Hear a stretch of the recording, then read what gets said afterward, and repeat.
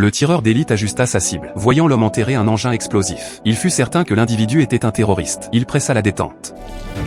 La mission du tireur était d'éliminer les menaces potentielles, pour assurer que l'unité blindée puisse poursuivre son avancée. Au moment où il se préparait à se replier, Ben remarqua quelque chose d'étrange. Il y avait 3 marqueurs de couleurs différentes sur la route. Ben ordonna au tireur de viser les marqueurs.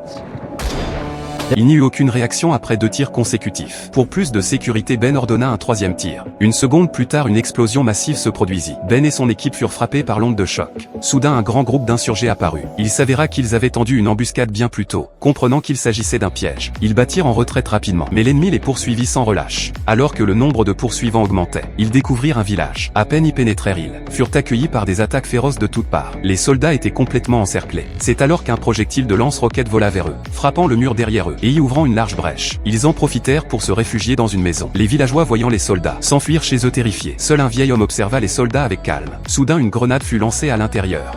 Le vieil homme ramassa calmement l'engin explosif et le relança dehors. Tout le monde fut stupéfait. Le vieil homme leur fit signe de se cacher dans la maison. N'ayant pas d'autre choix, ils se mirent vite à l'abri. Une fois à l'intérieur, les soldats changèrent leur équipement et se préparèrent au combat. Mais le vieil homme commença calmement à les accueillir, préparant de la nourriture. Les soldats étaient déconcertés. Bientôt, les insurgés encerclèrent la maison et une brèche fut ouverte.